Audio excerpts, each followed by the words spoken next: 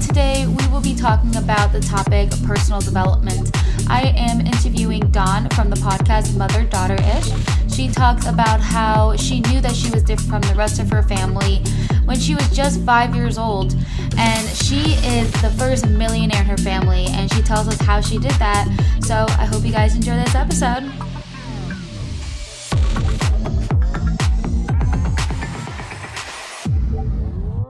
Hey y'all, welcome back to Mentally a Badass. My name is Justine, and today I have Dawn with me today. We're going to be talking about how she manages her issues through retraining her brain and using it as a support system. So, welcome, Dawn. Welcome.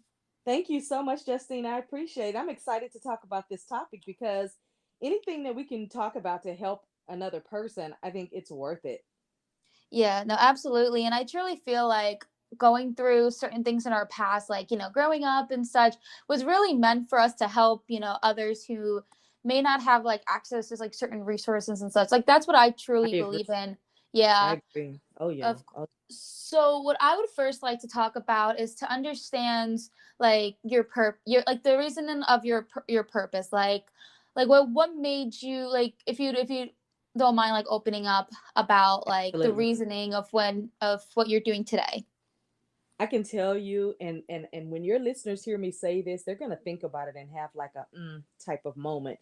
But for Mm-hmm. me, I know that every part of why I am the way I am. I'm talking about even down to a cellular level. I am the way I am because of the position I was in my family. I am the baby of five.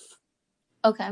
Mm-hmm. So if you can imagine being the fifth child, and it's like you've got to almost see through the weeds to even be able to understand where your position is. I think I probably, Justine, was about 5 years old Uh-huh. when I realized that I'm different.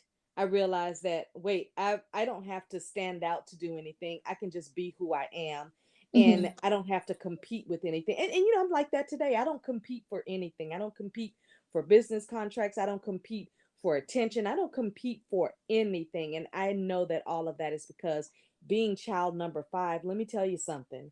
It is very interesting. And I will also tell you that it gives you that extra oomph to be able to be strong enough to set your own pace of what you want to do, because I had four other people ahead of me that already got all of the attention. And then Mm-hmm. being child number five and getting all of the attention that I wanted, but not being able to really relate to my older brothers and sisters, I kind of had to make my own way, kind of had to make my own decisions about how I wanted to be treated, how I wanted to be talked to, how I wanted to be handled. And so when I say, retraining my brain to people, they're like, "What are you talking about?" And I'm like, we have to retrain our brain so that we can be the individual that we desire to be. Because if we just take, for example, me being the fifth child, if I decided to be like my older sister, then I would be like her. Mm-hmm. If I decided to have the attitude, of being the person who my older brother was, then I would be a little bit of them. But for me, I decided I wanted to carve out a lane for myself Mm-hmm. without having to be like any other person, but to just know what I believe in, what I don't believe in, what I stand for, what I don't stand for, what I think and what I don't think, what I like and what I don't like. That's a lot of work. But I know that Yeah. I was able to do all of that work because of the amount of reading that I've been able to do. And Right. I can tell you, when I started my first business in 1998 after I left corporate America, the first thing I dove head first in was reading.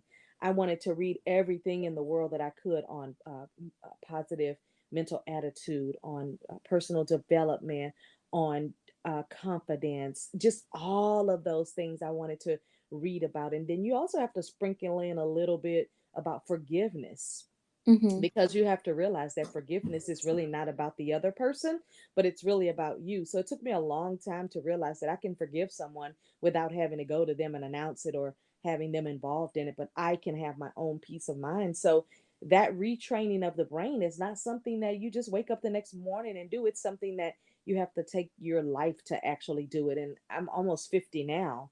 So I've Mm-hmm. got, 20 something years of retraining my brain and having a more positive mental attitude and things like that. And I'm like everybody else, every now and then you get down in the dumps, but I think that if you put things in place that can Mhm. help you get through it. I'm not saying you're not going to go through it. I'm saying put something in place to manage it. Yeah. Yeah. So, did you say when you were talking in the beginning, did you say at 5 years old you decided that you were different and that you want to take your own path? Did I hear that correctly? Not decided, but I noticed. Oh no, okay. So when you're Noticed, I 5, that noticed, is I noticed that I was wow. different. That's I impressive. noticed, yeah, I noticed. And the reason I remember that is because I was talking with my daughter the other day about like when did you realize that you were like a person? Like when did the When light you bulb come on? realized you were a person, Yeah, I love yeah, because I have an older son and he says, "Mom, I remember when I was 4 years old." He said it was like the light bulb came on, and I realized, yeah. wow, there's people around me. I'm actually a human being. Like I have toes and fingers. I said, wow, that's interesting. Now, but then my daughter said that she has a friend who remembers coming through her mother's birth canal. No way. That's I don't insane. laugh about it because I used to love to watch this show called Monk, and Monk Uh-huh. said the same thing. He said that he remembered coming through his mother's birth canal, and when they did a hypnosis thing on him, he literally went through all of the phases of being born. Wow. And That's so definitely I there. don't discount it when people say it, but I know that for me, I can remember the dress I was wearing, the little shoes I was wearing at 5 years old when I realized, wait a minute, and I had a Barbie in my hand, and that's my first memory of being a kid is then, and that's my first memory of going like knowing what I liked and what I didn't like and who I liked and who I didn't like and who I wanted to be around and who I didn't. And I had opinions at that point.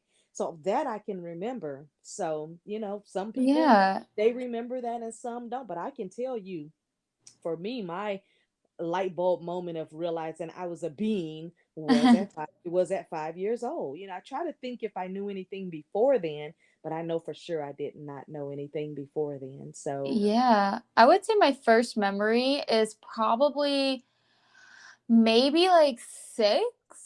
yeah. Because I remember first grade. You wanna it's gonna sound like really kind of sad, but like my one of my first memories is it's gonna sound actually kind of like really funny and stupid. So when I was in first grade, there was this boy I had a crush on, right? And then Uh-huh. I also had a best friend. Her name was Justina. Uh-huh. And people heard that I had a crush on this boy, and they went to tell the whole class. And then, you know, Oh, you know what I did? You know what I did? I uh-huh. threw I threw my best friend on the bus, like, oh no, it's Justina. And like we were Uh, both pointing at each other. I'm like realizing this now. I'm yeah. 26 now. And I'm like, Yeah. did I really just throw this girl under the bus? And Yeah. like they're like, oh my god, I think I may even have her on Instagram. I should like reach out to her and be like, do you remember when I like told her when you like Christian? And Yeah. But so I it's fun mean to have that memory and though because it makes you. I was crying too because I felt like no, I mean, I was a kid, I was like crying. I was like, no. And then like I cried throughout the whole lunch period, right? I cried all lunch period. And then I didn't eat because I was crying so hard. And Oh then they're my like, hey, you gotta goodness. eat. So what they did is like they put me in my sister's like lunch period, and at that time Yeah. she was in 8th grade. And then my sister's like, oh my God, like how embarrassing. And then her friends were like, oh, Oh my and, goodness. and I mean, honestly, like I think the way like just I didn't really have that mindset that you had right now. I'm thinking like at the young age, thinking I'm different. I feel Yeah. like for me, I always like knew I was different, but I don't think Yeah. that I learned that until actually no, I think I learned it probably when I was 9 because I was like really bullied a lot as a Yeah. child. So I Yeah. think like people always called me like weird and stupid and like annoying and all of that and so I think that's when I realized it. And like I Yeah. didn't have like 5 siblings. I had one sister, but I had like Oh, cousins and okay. such.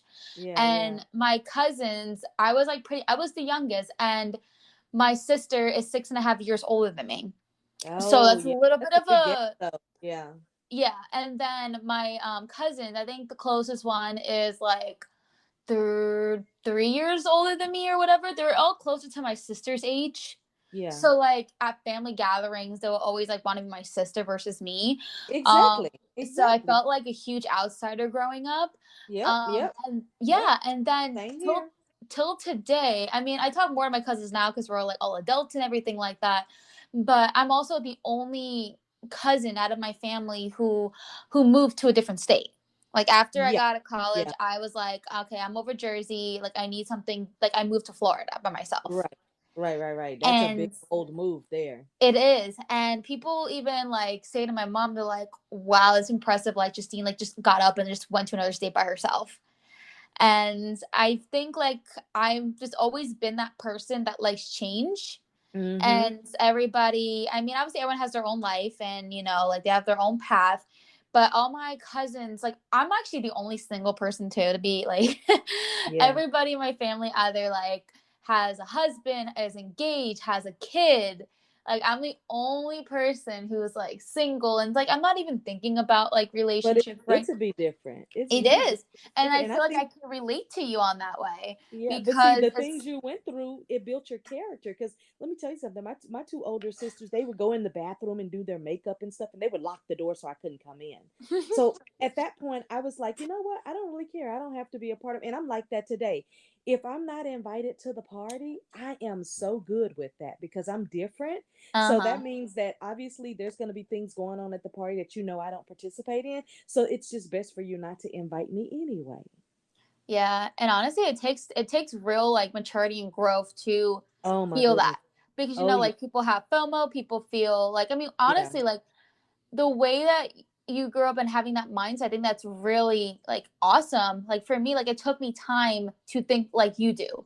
It took Yeah. me until like my adult life to basically have your mindset because like I said, I told you like I grew up like being very bullied for being different and I instead of me just thinking like okay I'm different Mm-hmm. I was always just so down on myself and I was always Yeah. thinking like I wasn't in the best like state of mind It and could I look did a lot confusing. of reading too as well Yeah. and personal growth is so powerful for your mental state It and I've is. really retrained my brain and I also surrounded myself with people who had a similar Yep. mindset That's which right. is very very powerful and I just like love the power of the internet that brings people like that together. Which Did you have like any like struggles of getting to that point, or were you just I already think like born a badass? You know what I mean? you know what? The only thing I can tell you that I really had a 3 year struggle with is when I started incorporating meditating into, Mm-hmm. life because I'm always on 10, 20, 30. You know what I'm saying? Like my daughter tells me, just nobody wakes up with your energy, okay? Just understand that. And I can tell you, I've never tasted coffee in my life. No I way! have I'm drinking coffee right now. I have never tasted coffee and I don't even have a desire to. It's just not, I've never tasted coffee. But she said, man, if you drank coffee, you'd be crazy. She said, I just don't understand how you wake up with that energy. And I say, it's just in me. But when I decided, maybe about 7 years ago, I decided that I was going to incorporate meditating because I needed a way to calm down, Yeah. not be on 10 all the time. And it took me, Justine, it took me 3 years to incorporate meditating because when I first started, my mind was so busy, it wouldn't let me. I would be thinking about, oh man, I need to go to the grocery store. I need to clean the house. I need to, blah, blah, blah. And then, Mm-hmm. when I kept on trying, the next thing is that I couldn't quiet my mind enough to sit still. So then I'd end up falling asleep. Then when I said, you know what, I'm just going to practice every day. Now, let me tell you, I can be in the airport waiting on my flight and I can just zone out and everything will get quiet and I can take a quick 15 calm meditation anywhere. I don't care if I'm outside in the wilderness because I travel a lot. I can just stop and enjoy the moment. And I'm going to tell you something that gives you such a peace of mind when you can literally stop and enjoy the moment. Breathe in the air and enjoy the moment. It took me 3 years to get there. So I could tell you, I absolutely struggle with that. I never struggle with the reading part as far as like reading, and what I mean by reading is reading and comprehension because I'm one of those people, if I read a book, I'm going to comprehend it on wherever I am at that moment. Like for instance, the reason I say where I'm at that moment is because every single year I read Think and Grow Rich. The reason I read that book every year in January is because it just kind of sets the pace for my year. But then also wherever I am in my life, I always pick up a little new nugget. Mm-hmm.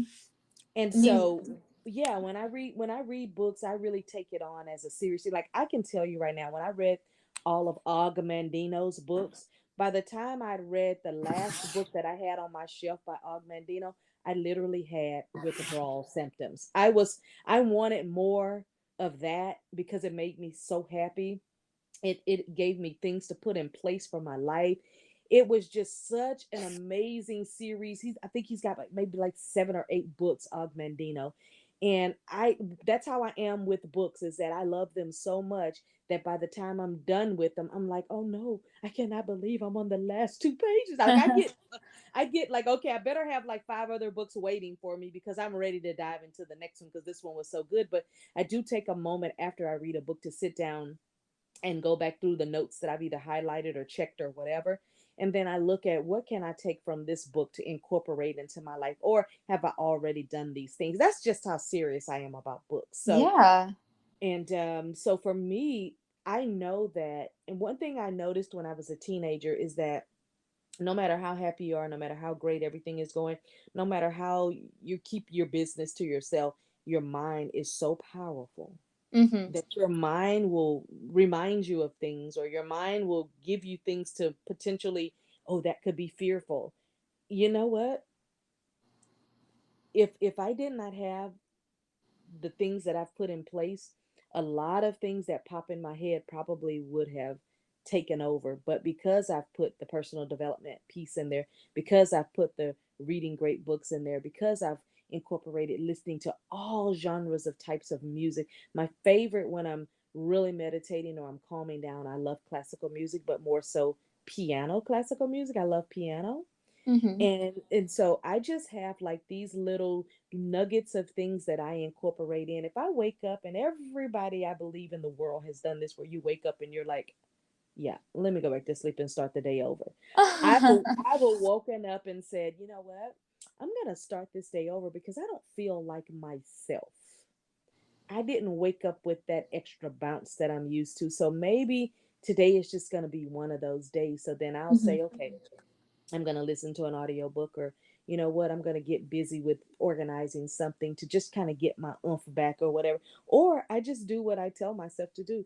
Just lay down and for another 2 hours and just see how you feel then. And I think putting things in place, Justine, is what really helps us. That I had a friend named Louise Dewey. She would always say, you know what, when negative things pop in my head, I say, thank you for sharing. And she said, I move on. I And love that. Thanks she for told me sharing. Okay, bye. yeah, she told me this 25, 30 years ago, and I still remembered. And Louise is in her 80s, and we still talk today. And I always tell her all the things that she taught me. And she's like, wow, I didn't know that made an impact. I'm like, yeah, you have to be That's careful smart. what words you use around people, because they do either inspire them or they take their joy. And one thing I never want to do is steal somebody's joy by saying something that maybe they don't love. My daughter and I, we started a podcast called Mother Daughter Ish, ISH. And Mm-hmm. we're using that girl as talk therapy. Let me tell you something. I have 2 daughters and 2 sons. I Mm-hmm. can tell you with my daughters, there's always something.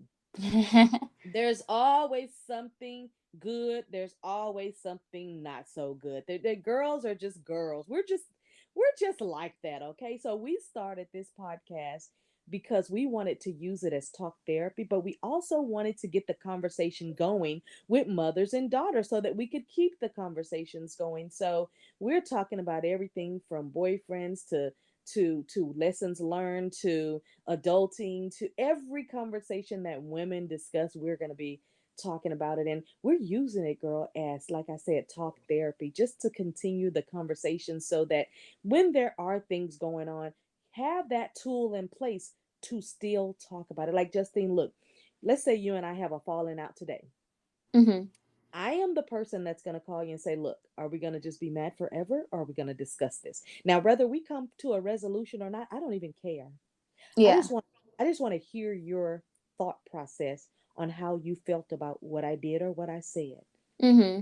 And I just feel like having the conversation is better, because I would hate to then meet you 10 years from now. And then you're like, see, 10 years ago, this is what you did. And this is how I felt. And I'm like, oh, I never knew I did that. And I never knew you felt like that. But if you tell me these things and we have a conversation about it, I can't deny that in 10 years when I run into you again, right? Yeah. So that right there also helps your mental health, to not harbor any negativity, because negativity kills you on a cellular level. I know this for a fact. It messes with your nervous system, it Mm-hmm. messes with your thought process. It Mm-hmm. can, thwart all of your positive things that you're trying to do when you harbor negativity. I am allergic to negativity, so it can't touch me. I love that. Oh my I god. am I am Quote that. allergic. I'm I am allergic to allergic That to should be a I am allergic. t-shirt. I have a t-shirt that says I'm allergic to negativity. Oh really? Yeah, I did it like 10 years ago. I have like a little heat press machine in my office that I do. Like I come up with these crazy fun sayings, and like yesterday I was about to go to sleep and something popped in my head because I was going to do some t-shirts today, and my little phrase was, I said it, I meant it, I represent it. And I had to hurry up and put it on my voice memo on my phone because I know I'm not going to remember that. That was like at 1 o'clock in the morning. It popped in my head, and I woke up and I just recorded it on my phone. And this morning I actually recorded it right because sometimes I'm talking in my sleep. It sounds crazy, Uh-huh. but I don't know. I just I like positivity, and when I wear positivity, it just makes me have an extra bounce in my step. And every person I come across, Justine, they will tell you you're not going to be able to talk negative to Dawn. She's not going to let you. She is going to give you a spin that's going to show you better. For example, I had a really good friend. I've known her since 2005. We met on MySpace. We're still friends today. MySpace. Yes, she called me and she said, my grandson has COVID, and he's 6 years old. She said, and Oh. she said, I'm so upset. And I said, what are you upset about? She said, I'm upset because he has COVID. I said, listen, do you not know who takes care of you? She was quiet on the phone. I said, listen, all of these prayers that you're putting up, all of this positivity that you're giving to your grandbaby. I said, Mhm. listen, you guys have family. You have prayers. I said, you whatever happens, you can't do anything about it anyway. Mhm. So why not you be there as a source of light for him instead of Mhm. nervous and afraid for him, making him as a 6-year-old more nervous and afraid? No, call him and say, hey, baby, oh my goodness, you look so handsome today. Like, come Mhm. on, come on. No, no, no, no. I don't let people get away with it only because I don't live like that, and only because I don't want it on me, and only because I just feel like there's always a better way to have To things. look I've had at a lot. things, yeah. Exactly. I've had a lot of people die. I've had a lot of people to be negative. I've had people that I've had to fire from being business partners with. I've had people that I have just had to say, you know what, you're no longer a part of my life, and just absolutely walk away from them. I've had to do that, and not just people I've met in the world, but I'm talking about family as well. Yeah. So I think for our mental health, we need to be really careful about the people that are in our circle, whether they are family or friends. And I never, I hope your listeners don't get upset about me saying this, but I never worry about if they're family or a friend. Either way it goes, if you're not on the same level as what I need you to be to have a conversation with me that's more positive and not negative and gossipy and all that stuff, I Mhm. don't care if you are family. I don't want you around me. Yeah. I I have no problem with saying no to family. I have no problem with saying I'm just not going to be around that person. I have no problem with limiting myself from being around things that just don't fit into what I know I want. Yeah, that's true because I mean, a lot of people, some people when I bring up like you're the five people you surround yourself with, there's still people out there who didn't know what that meant.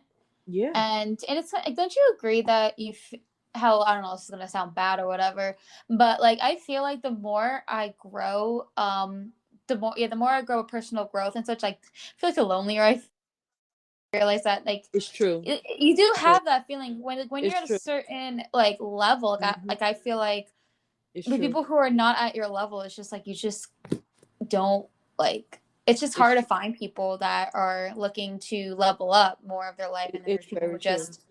who just kind of like stay on that. And then it's Yeah. also Hmm. like kind of like a little, I feel like I get kind of frustrated very easily, and I just Yeah. think I it's like I don't want to think have like that kind of like ego where it's like, oh, I don't want you talking to me because you're not on It's my it's level. Like I not don't want it's to think like even that.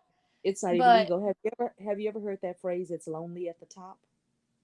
no, no, So I haven't actually.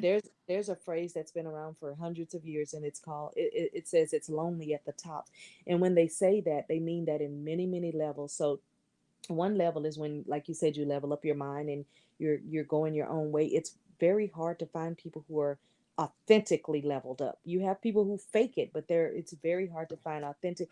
But also in business, when you're very, very, very successful, you change your circle of friends, and that same circle of friends is not going to be abundant like it used to be, because most people that are very, very successful in their business, they're very, very busy. So that means that they don't have time to play around and go to clubs Yeah. and do all things. And when you do talk to them, it's a very valuable time that they talk with you and that you talk with them. So that phrase, it's lonely at the top, when you start to reach, let me tell you something, when you start to retrain your brain and you start to decide that, you know what, there's better out there for me, there's a better way I could think, there's things I can put in place to make sure that this mental thing doesn't get me in the negative space, there's not a lot of people who hold strong. And what I mean by hold strong is you see them the same year after year after year, because I'll tell you, the fakers can only fake for so long, and then you see them unravel.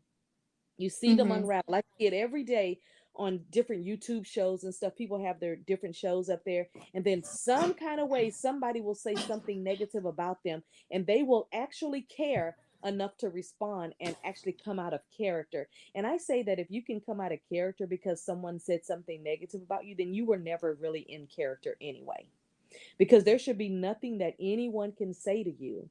You know, if somebody says, I remember when I had my podcast 2015 through 17, it was a business podcast, and people would say different comments like, oh, you're only interviewing people that are millionaires and that are very, very successful. And, you guys are not thinking about the little guys. The first thing I would tell them is thank you for the engagement. And Mm-hmm. second of all, I would say the reason that I interview people that are like me, that have, been successful in their business, is because we want to show the people that are not making those type of dollars or not connected with those type of people that, one, it's possible, and two, if you retrain your mind to be successful, you'll be there as well. But you can't start with a negative attitude thinking you're going to be so successful, because your negative attitude is going to turn people away from you that would even want to teach you how to do it. Yeah.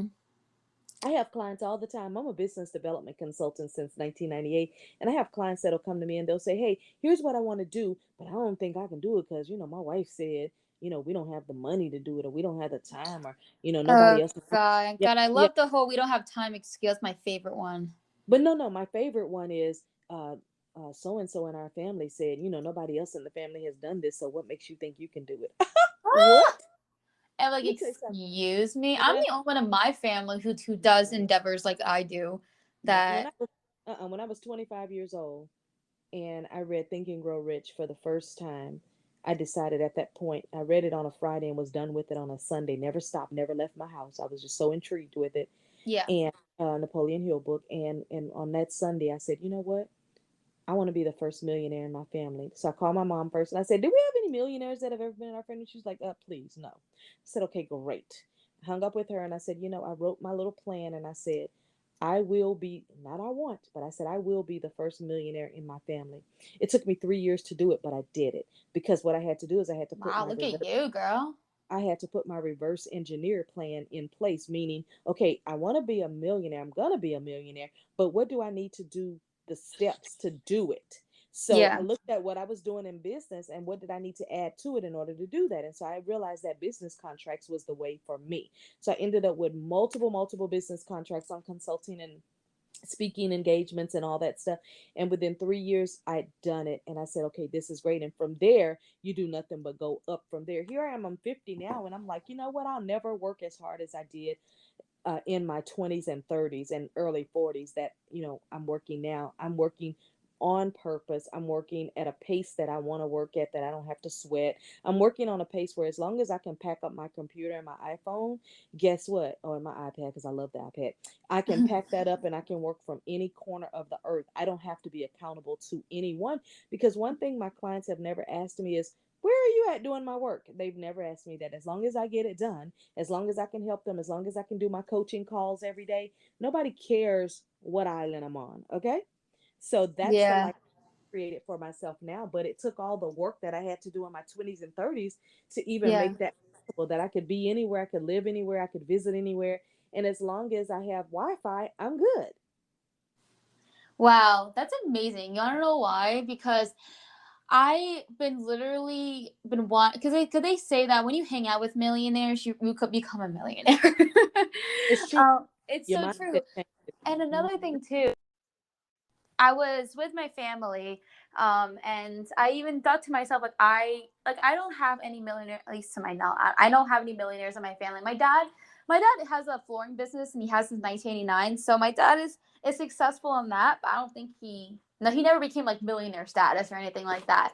Mhm. But so I'm like, okay, I don't think anybody in my family has ever been a millionaire. I should probably ask somebody, but I don't think so. Yeah, ask somebody And because I then had to ask. and then literally my sister told me to marry someone who was a millionaire. I was like, no, no, no, no, no, honey, I'm gonna be the millionaire.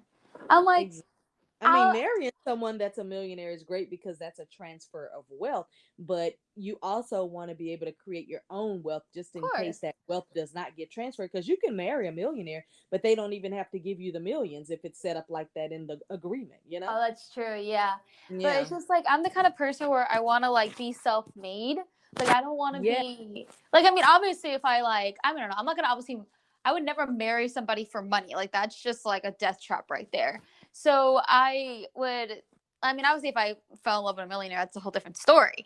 But Right. Right. Right. I rather be my own made and be like the millionaire than like I don't know, be very independent person. Yeah. And what's your sign, by the way? Your zodiac sign? I am an amazing Libra. Oh, I was gonna say if you're gonna say Leo, I was gonna say, oh my god, me too. No, no, no, no. I'm I a Leo. love Leo. I'm I, literally like a lion, like I get roar. really, really well with Leos. The last person I dated was a Leo, and that was a great experience. So now I love Leos and Libras. We pretty much get along with a lot of people. There's a couple of signs that we do not get along with. That's been proven over and over. But I'm on a bunch of different on Instagram, a bunch of Libra websites, and I'm telling you, I mean, we know who we are with so many. Yeah. But yeah, I'm a Libra, and you're right though. When you hang around people that are successful, you do start to change your mind. You do start to think of what you can do better. They kind of give you a little insight just in the conversation on who they are, what they do, what they believe in. And it's not even just about that, but setting up a legacy for yourself is important because like you said, you could marry a millionaire, but that's still his millionaire legacy. You're just, getting the wealth transfer. But imagine if you Trophy become your wife. yeah, trophy wife. But if you have your, and that'll be your legacy, trophy wife, or do you want your legacy to be millionaire trophy wife because you earned your own money? It's okay to be a trophy wife, but if you've got your own money, then you've got your own legacy, which your children can then take and continue to run with. I know for my legacy, I'm setting it up so that in 100 years they're still talking about me. Yeah. You wanna know what I I mean, want to that's do? what I've What done I in want to my be? business. Yeah, that's what I've done in my business. And, when I had a TV show here in Houston, I'm from Houston, Texas, and I had a Mm-hmm. TV show on our local channel, and we had over a million point four people that was looking at my Mm. show every Saturday. So I loved it. The only thing I didn't love about it is for TV, you got to get made up every day. Podcasting, I could be in my pajamas with a head wrap on and it wouldn't matter. So I chose podcasting, and we'll do a couple of live shows or whatever, but I chose podcasting because I can just do whatever I want and be whoever I want without worrying about am I making the wrong move? Am I turned the wrong way? Is the lighting better here or there? Right. And so for me, I just love this space that we're in with podcasting. So I have to congratulate you for being in the podcasting space too, because what you're talking about is very valuable to people. And I just feel like these podcasts, and there's so many wonderful ones, but the podcast that you have, we're talking about, being able to, have things in place with mental health, because whether you want to call it mental health or mental, whatever you want to call it, we all have a thing in us that Mm-hmm. takes us back to a space that we can remember that maybe we don't like so much or that was not kind to us. We have to have things in place though so that we can manage that, because the mind is powerful, okay? Mm-hmm. It is very powerful and it does what it wants to do when it wants to do it. I can be Yeah. minding my own business and doing stuff. I could be cooking and singing to myself and something will pop in my mind and I'll be like, okay, yeah, thank you for sharing. And I just keep moving on because I remember what Louise told me. Just when those Yeah. negative things pop up, say thank you for sharing and move on. She said, because you couldn't control that it popped in your head anyway. So Wow. that's That's just me. phenomenal. You know what? I mean, Like my you like got to do it. my legacy, what I wanted, what I always told myself I wanted to be, I wanted to be like the Ellen of mental health. Meaning, like, you know how like, Mm, Ellen interviews all these people and such? yeah, Like, yeah, my yeah. topic is mental health. I was like, I would love to be, wouldn't it be nice to like have like a talk show like for mental health, like just focusing on mental health, because we're still in a like there's mental health podcasts out there and people who are advocates and YouTube channels, but I feel like it would be nice if they can bring it more like mainstream. You know what I mean? Because right Well, now, like mental health is not like they bring it. I mean, they bring it onto like I mean, some like really famous, like Selena Gomez is a huge mental health advocate, and she's mainstream, and but like, they choose to do it because of their own like personal like past and such, and like they talk, like they bring mental health in like film and everything, but it's just so like wrong, like just like it's kind of ignorant of how they represent it. Like, there's a couple of movies that I watch, like horror, like psychological horrors. The people who are like killing everybody, they're like at the end of the movie, they're like, "Oh, she's diagnosed with bipolar," and I'm like, in my head, as someone who is bipolar, I'm like, that is completely wrong. Most people who have bipolar are not a danger to other people; they're in danger to right, themselves.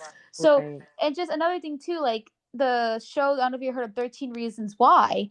The last season, they health with anxiety, but they misinterpret anxiety. They made it seem they basically diagnosed this guy with anxiety in therapy, and they made him have like schizophrenia Yo, wow. symptoms for anxiety. And then Wow. I was like thinking like, okay, this is like schizophrenia, and then like, oh, you have generalized anxiety disorder, and I'm like, I'm literally watching this, and I'm like, are you kidding me? I never So heard of that. Wow. yeah, so that's just like me as like Mm. a mental health advocate and someone who has like I have a psychology degree, and like I dedicate my life, to mental health and such, and it's just in Hollywood they make people who have mental health illnesses as like someone who's crazy. I don't know that show, 13 thing. I don't know anything 13 about that. Reasons Why. It's on But but Netflix. but I think it's terrible that they would do something like that because it's kind of confusing for anyone who's going through that though. Yeah. So, the way I like to end it is just kind of like any piece of advice that you would like to close off to my listeners. Absolutely. The one piece of advice I would say is start thinking about the one thing that you don't have to put all the things in place that I've talked about, but start thinking about the one thing that you can do to have something to manage when those negative thoughts come up. But then also, I would say connect yourself with people that you can have conversations with so that Mhm. they can help you through it. And not Mhm. somebody who's going to feed the negativity, but someone who's going to help you to manage it. So that's what I would leave your listeners with. Wow. Thank you so much for being on my podcast. I understand, like, I'm really honored that you came You're on so here to, provide all this amazing knowledge. And really, I don't think I've ever spoken to like a millionaire before, to be honest. That's pretty awesome. I'm very impressed. And I feel like you're like, honestly, I feel like you're like just born a badass, in my Yeah, opinion. yeah, yeah. I like that. I like that. Yeah, that's how I see it. I'm like, okay, from what I'm giving this conversation, she is born a badass, definitely. There you go. I love it. I like that. Of course. And I'll leave like all of your like you said you have a YouTube channel, podcast, all that good stuff. I'll leave that in the description. Okay. And but yeah, thanks so much to all my listeners who have been listening to this episode. I hope you guys have a great evening, morning, afternoon, whatever time it is. And I will not see you guys, hear you guys. I don't even know. I don't even know what to say for a podcast, but definitely come back for next week's episode. All right, so in next week's episode, we're going to be talking with Catherine, who is bipolar and proud. Instead of thinking as bipolar as having a negative impact in your life, she sees it as positive, which is super fantastic, and I can't wait for y'all to hear.